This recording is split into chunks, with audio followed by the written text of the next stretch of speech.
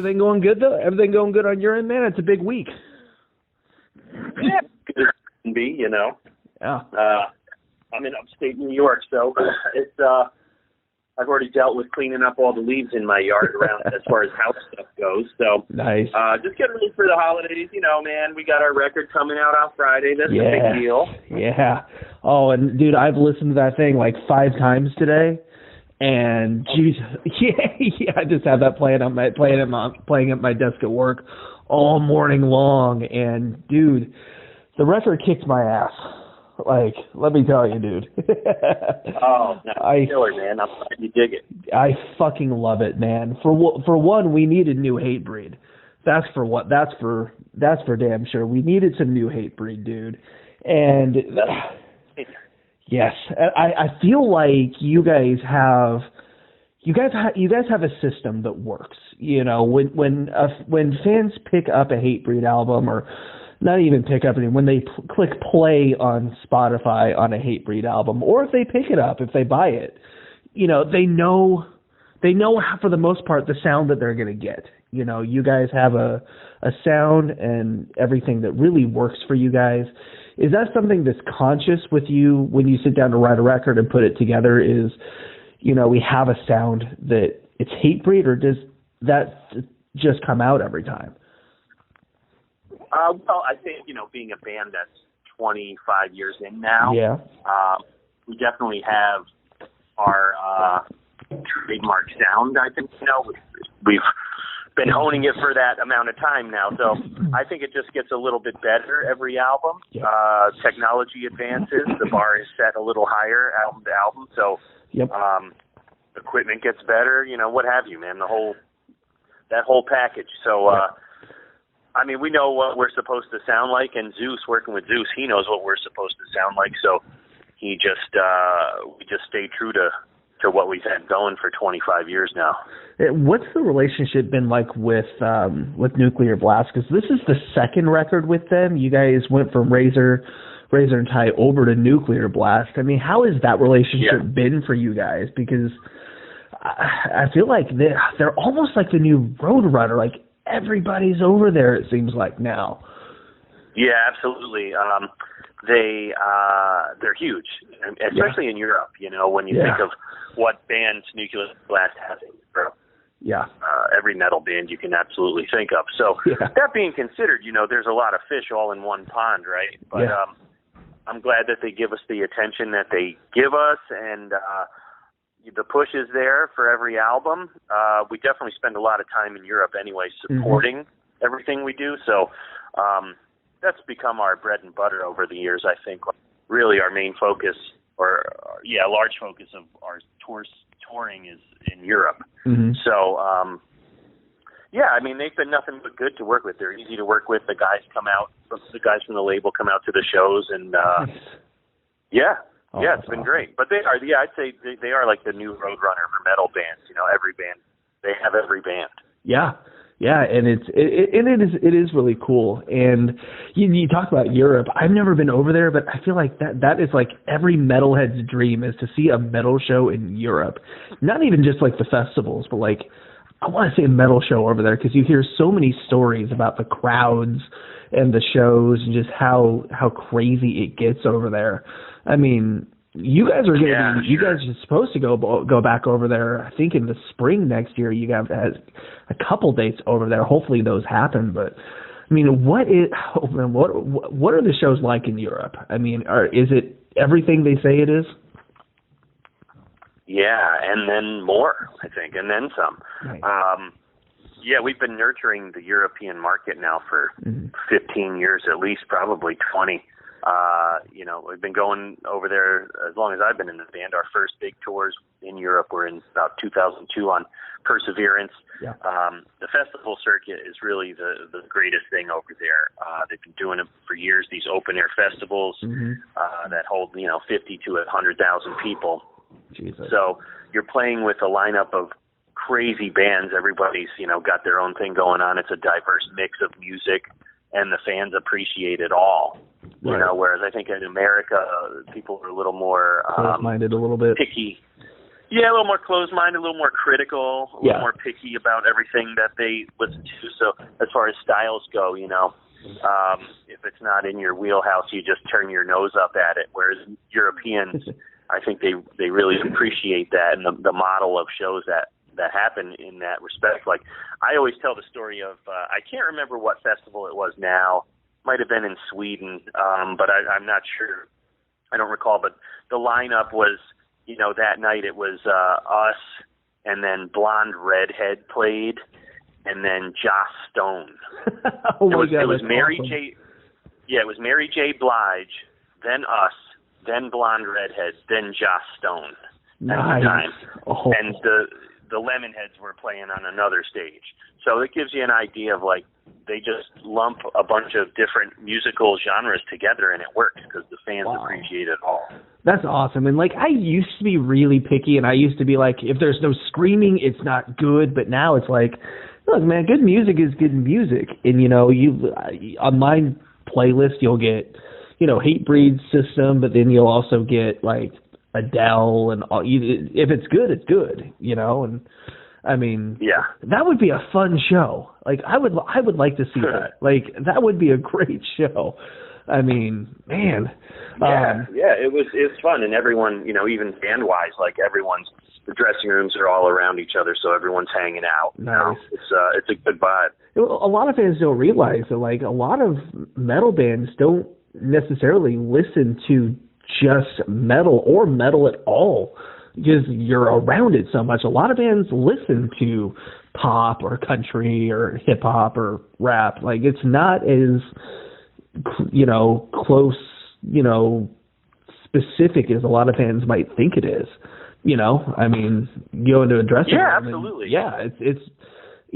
It's that's part of, like, being a player. I think if you're playing an instrument, you really have to immerse yourself in different kinds of musical styles to really get a handle on the instrument as a whole. Mm-hmm. Yeah, definitely.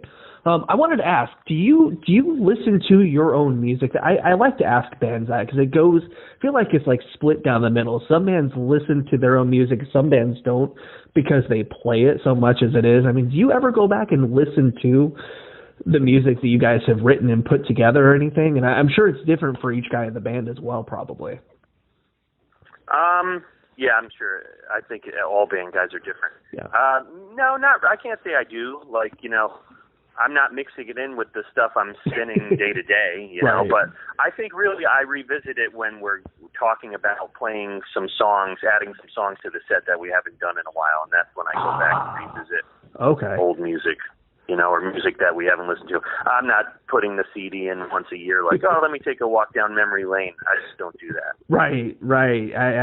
I think I remember the first time I asked a singer one of those questions. They said, "You'd be surprised. We don't listen to our like, we're around it enough as it is. Like, especially when a new record is done, you spend so much time making that it's like, let's breathe for a minute, So it's really interesting. That's one thing I think a lot of fans also don't think about is, and especially with a band like you guys, you've been playing some of the same songs for over 20 years every night, so.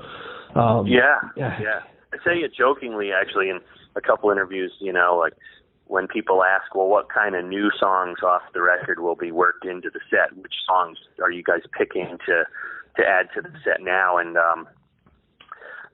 I'm like, well, I don't know. I'm sure some songs will find their place at the beginning of the set, and then there's some songs towards the end, whatever fits. Like, it's hard to go against I Will Be Heard or Destroy Everything or even Looking Down the Barrel now. So, and it comes up like, well, geez, I've played I Will Be Heard, I don't know, thousands of times at this point. Right. Yeah. And I mean, I feel like the set list question is it's such like an easy and over asked question. That's like the go-to question for a lot of people is what's going to be in the set list. It's like, I remember I interviewed Frank a few years ago, and then he said that a lot of times live, Jamie will just yell out a song, and then you guys will just rip into it. And I don't know if that's something that you guys still do, but like, that is really cool. And also, you probably have to know, like, every song because you don't know what he's going to yell out and like rip into. I mean, how challenging is that when that when that happens and it's like, okay, yeah, that's the song, you know? How tough is that? Well, I think it becomes, I think, like, you know, not all bands are wired like that. Right. A lot, and that's okay. You know, some bands really live by a set list for an entire tour or even an entire year sometimes. Yeah. You know, so we've never been like that since the beginning. I think the only times we actually use a set list is if we're on a time constraint. We're opening for a band or you're in a festival slot where you have to be off stage by a certain time, right? Yeah, that makes sense. So I guess you just become used to it. It becomes second nature. If you know your material and you're prepared in that way, you know, it's not really a slap in the face when these random songs are called out. You just launch right into them. That's just what you do, I think, you know, and that's what we've done the whole time. So that's just what we're used to, more of an improv approach, punk rock approach, you know. You feed off the crowd more and what they're kind of feeling, whether it be the faster songs or the more mid-tempo songs or whatever. You know, you're really just gauging the crowd and calling out and able to play what they want to hear that particular night in that particular city. Sure. Yeah, and one thing that I wanted to ask you is obviously back in March when everything, it seemed like, it didn't seem like it was, like literally overnight everything changed for all of us. You guys were kind of in between albums. You weren't really out still, you know, in like the dead heat of the Concrete Confessional cycle. You guys were, you know, probably writing this record or finishing it up. How bad did COVID affect you guys as far as like touring and whatnot? Well, yeah, this new album was actually started the end of last year, and we finished it up in January. So it wasn't COVID related or influenced in any way. It was already finished. Sure. Touring wise, like, it shut us down. We had a lot of touring prepared for this year. We were going to be out with Parkway Drive in support of them. Doing Europe, doing the U.S., doing Australia, all of it. So it completely put it on hold, and it's all been postponed to next year, and it's in place for next year as of right now. So with the album being able to be released the end of this month, you know, we'll be set up nicely to really hit the road in support of it next year. Yeah, and I that might be you know, one advantage is you know, obviously you guys were going to be out on the road, but the album comes out now, which means, like you said, like you can start you know, a new album cycle instead of like pausing one and then resuming one, which, I mean, if there's any bright side, that it might be that, but it's just, the whole thing sucks. I mean, it sucks, dude. I mean, any guy in a band right now will tell you that, or they don't have a road guy, like crew guys, all of us, we're all in the same boat. So it really sucks, and it sucks for the fans because they're not getting any live music. Right. For us, like, I mean, I've been in the band 20 years, and this is the longest amount of time we've had off the road since I've been in the band. You know, it just doesn't happen. We're good for a month or 2 months tops, and then we're usually doing something. You guys tour like nonstop. I mean, one of the heaviest touring bands that there is. I mean, it's So it's really our livelihood, man. Yeah. It's our livelihood. So, you know, like me personally, I'm like twofold with it because it sucks. It's our livelihood. It's how we make money, and we're completely shut down and put on hold. At the same time, I haven't been home for a summer in 20 years. So this is like, this particular time, I just embraced it. I embraced being home and just being a normal guy, not running around packing a bag all the time. Hung out with my wife. I did yard work. Like, I just did all the stuff that I think a lot of people take for granted typically, because you know, that's just what they do. So I kind of enjoyed it, honestly, because it probably won't happen again. I hope. Yeah, we hope it will never happen again, like on this scale. But it both sucks, but at the same time, it was kind of good. I just took advantage of it. Yeah, definitely. And have you guys thought about doing? A lot of bands are doing the live stream concerts. Have you guys talked about what that might look like for Hatebreed, or is that I mean, because a Hatebreed show is one that I feel like watching it live would be good, but you guys are a band that you've got to be there in person to really get like the full experience and like for it to really, have the best effect. But is that something you guys have thought about or talked about? It came up early on, I think, because a lot of bands have done it, and a lot of bands have had great success with it. Mm-hmm. I think for us, it's like you said, like you're losing a very large piece of a Hatebreed show by only having it online. I think a large piece of our show is based upon our interaction with the audience and vice versa. Mm-hmm. A lot of crowd surfing, stage diving, moshing, and it's really the energy of the crowd is a big part of the Hatebreed show, and that's not there if it's just done virtually. So personally, I don't know. Like maybe we'll do one. We've talked about it a little bit, but it just never came to fruition because maybe everyone's on the same page as me. They're just kind of like, I don't know. Would it translate? I don't know. I feel like because I've covered a couple of live stream concerts and it's fun, but honestly, it just makes me miss live shows more. Because like, I've seen this live in person. This is good, but I just want to be there. It almost makes it harder. I feel like, and I had the advantage. I actually got to go to a concert last week, which was weird, but it was so refreshing and so nice. But it was also weird because everyone had the masks on. It was low capacity and. It was just different, so I'm ready for things to get back to normal. And one thing that people had that was rumored, I think may have been confirmed, is that the Mayhem Festival was supposed to be coming back this last summer, and you guys have played that a lot. Do you feel like a traveling festival is something that would be good to have come back, or do you feel like it hurt the touring industry at all? I mean, what were your guys' thoughts on stuff like Mayhem and Uproar and, that format?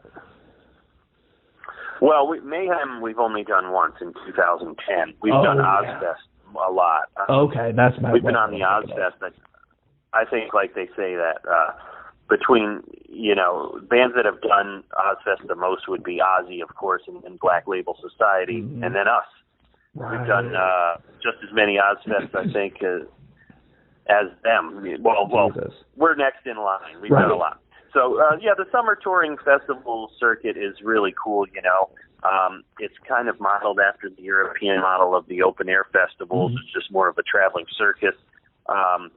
It's fun in the sun, man. And it's like being at heavy metal summer camp, You're surrounded by all your friends, and the fans are awesome, and the shows are packed and everything. I definitely miss that. I just miss touring in general. We've had our fill of a little bit of every type of that kind of touring atmosphere where we do headline shows or we're on festival shows or we're just in Europe going from festival to festival. So we've done it all. Big shows, small shows, doesn't really matter. Everything in between. It's weird because the festival model here in the States has gone from like it being a touring thing to now there's just these larger festivals that are spread out in different territories and the bands just jump around and do them. Yeah. And that's definitely more of the European model. Oh, okay. It's just, I don't know, that's become a norm, man. Like a lot of bands aren't able to do headlining tours anymore because you're putting 50 bands on every festival and it's all the same band. So why tour and go headline and have the numbers be not so good because everyone's buying tickets to the festivals, Yeah. You just have to kind of be in that circuit, I guess. It just seems like that's how things are going. They have been going for the last couple of years. Yeah, I've noticed that too, where, for me, I'm a concert junkie. When things are normal, I'll do 3 or 4 a week easily, because it's like, I don't care how, there's some bands I've seen 15, 20 times. I don't care. They're good, but I know a lot of people that are like, I'm not going to pay, $40, $50 to see this band play here because I can see them play with such as like 8 or 9, 10 other bands I like at this festival. I'm like, but you're not getting the full show. It's good, but it's not the full show. Go to the show too. Go to both. So I'm kind of the same. Like I like the festivals, but I also like, I like the regular shows too. They both have They both have their pros and cons, you know. Yeah. But dude, the new record out Friday, Weight of the False Self. I feel like the brutality is brutal more than ever, but the melodic parts are more beautiful than ever too. I mean, you got a song like "Cling to Life" where it's just like, oh my God, like that song is so good, you know. So you know, just so many good things on this record. You guys killed it again. Finally, I feel like this is the record that fans need right now, especially not just Hatebreed fans, just like metal fans, because the energy of these songs are just like, we're 8 months into this thing, and the aggression and the energy of the songs is exactly what fans need right now, you know. So it's just perfect, totally. Man. A lot of people have been saying that. Yeah. I think this is a good year for a Hatebreed record. It really is. This album, you know, It's very forceful. It's ripping. There's a lot of power behind it. So it's just what people need right now. Absolutely. They've been cooped up.